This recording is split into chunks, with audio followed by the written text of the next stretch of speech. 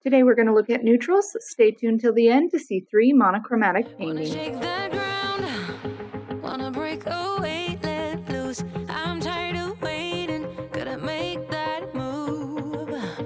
Hi everyone, I'm Elisa, the artist behind Elisa Laporte Art, and today we're going to talk about neutral tints. We are going to use a neutral tint and a Payne's gray to tone our paints. We're going to prepare our paper and get it ready. We'll have our neutral tint on one side, our Payne's gray on the other, and if you do not have either neutral tint or Payne's gray, I will show you how to create your own tint using primary colors. Stay tuned till the end to see 3 speed paints of each neutral.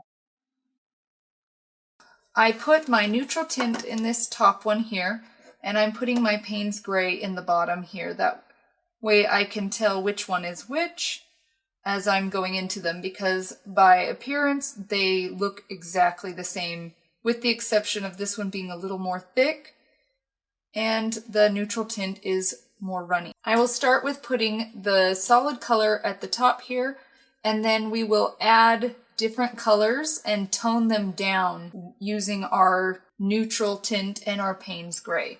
We'll go ahead and start with the neutral tint. It's nice and dark. And we're going to just lighten this up and get lighter as we go. Just adding some water, rinsing it out. Okay, there is our neutral tint.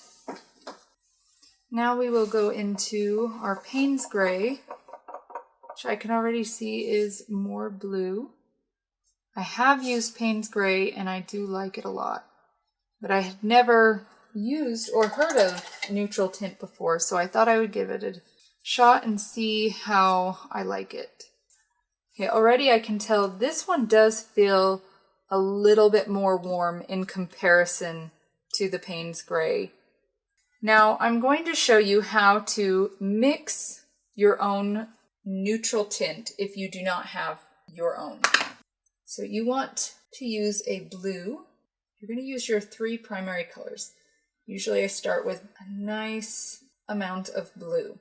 You have to think about how each one is going to react, which one is more strong in comparison to the other.